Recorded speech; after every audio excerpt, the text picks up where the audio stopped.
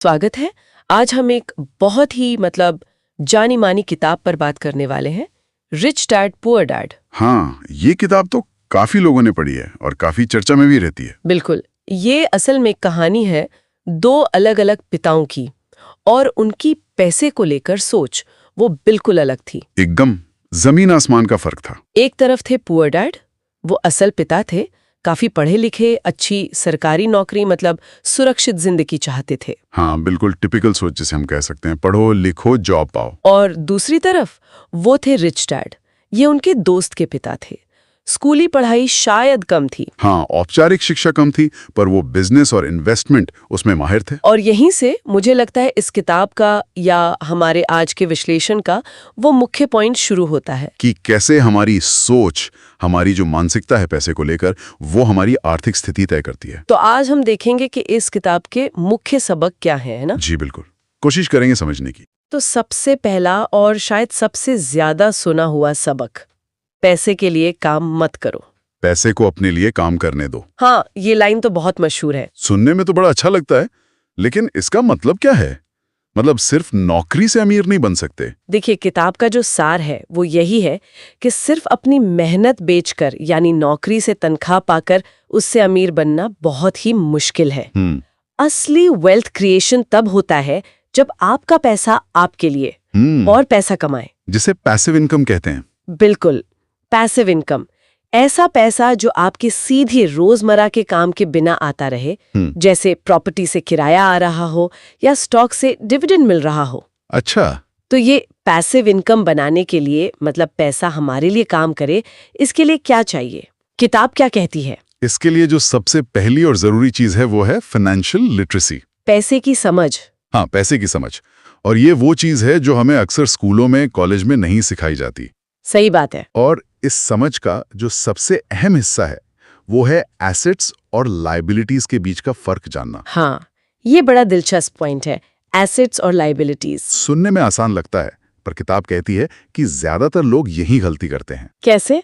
क्या है ये फर्क किताब के हिसाब से? देखिए, बहुत सरल शब्दों में, एसेट वो हर चीज है जो आपकी जेब में पैसा डालती है, पैसा लाती है। जैसे कोई इन्वेस्टमेंट प्रॉपर्टी जिससे किराया आ रहा है, या कोई बिजनेस जो प्रॉफिट दे रहा है, या स्टॉक्स जिनसे डिविडेंड मिल रहा है। ठीक है।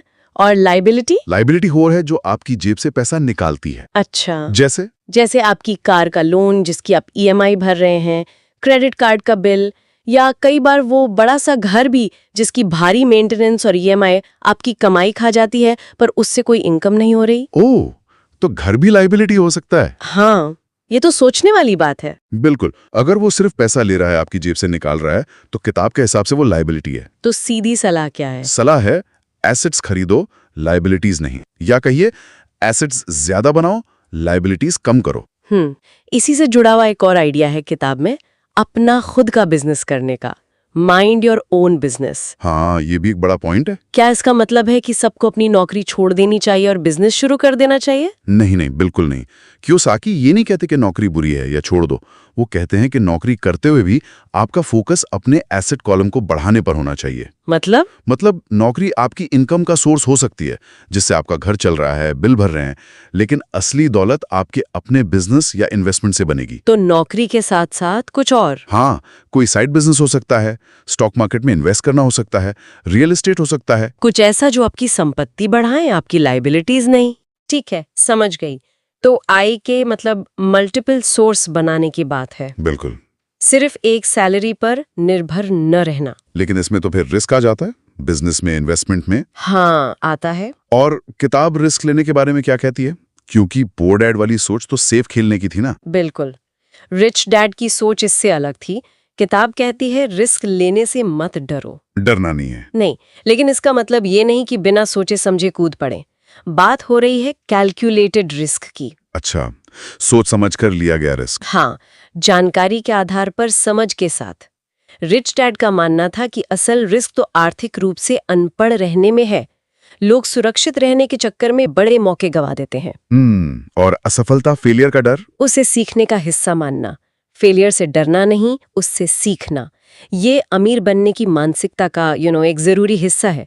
डर आपको आगे बढ़ने से रोकता है। डर की बात आई है तो किताब में डर और लालच मतलब फियर एंड ग्रीड इन दो भावनाओं का भी जिक्र है। हाँ, बहुत अहम जिक्र है। ये हमारे पैसे से जुड़े फैसलों को कैसे प्रभावित करती हैं? ये दो बहुत पावरफुल इमोशंस हैं। जी।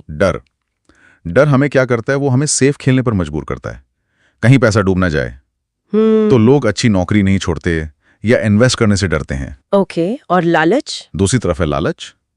जल्दी अमीर बनना है, ज्यादा रिटर्न चाहिए, तो लोग बिना सोचे समझे किसी भी स्कीम में पैसा लगा देते हैं, अक्सर नुकसान उठाते हैं। तो उपाय क्या है?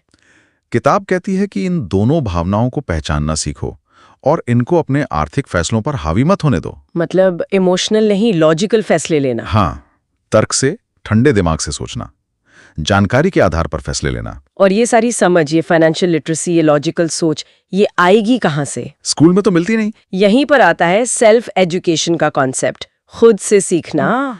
कियोसाकी इस पर बहुत जोर देते हैं कि आर्थिक सफलता के लिए आपको लगातार सीखते रहना होगा। कैसे, क्या तरीके हैं? किताबें पढ़िए, फाइनेंशियल एक्सपर्ट्स को सुनिए, सेमिनार अटेंड कीजिए, सफल लोगों से सीखिए, हो सके तो मेंटोर ढूंढिए। सिर्फ डिग्री लेना काफी नहीं है। मतलब प्रैक्टिकल ज्ञान ज्यादा जरूरी है। बिल्कुल, प्रैक्टिकल नॉलेज, नए स्किल सीखना, ये लर्निंग कभी बंद नहीं होनी चाहिए। तो अगर हम पूरी बात को समेटें तो रिच डैड पुअर डैड सिर्फ ये नहीं बता रही कि अमीर कैसे बने। नहीं, सिर्फ टिप्स नहीं है। ये एक पूरी सोच बदलने की बात कर रही है। वो जो पारंपरिक रास्ता है ना कि अच्छा पढ़ो, अच्छी नौकरी पाओ, उससे हटकर। हाँ, उससे हटकर आर्थिक स्वतंत्रता के लिए खुद जिम्मेदारी लेने की बात है, संपत्ति बनाने पर फोकस करने की बात है। तो ये सिर्फ इस पर निर्भर नहीं करता कि आप कितना कमाते हैं। नहीं, बिल्कुल नहीं। ज्यादा जरूरी ये है कि आप अपनी कमाई को कैसे मैनेज करते हैं, कैसे इन्वेस्ट करते हैं और कैसे लगातार सीखते रहते हैं। ये माइंडसेट का खेल है। बिल्कुल, मानसिकता का खेल है। मेहनत तो जरूरी है, पर सही दिशा में, स्मार्ट वर्क।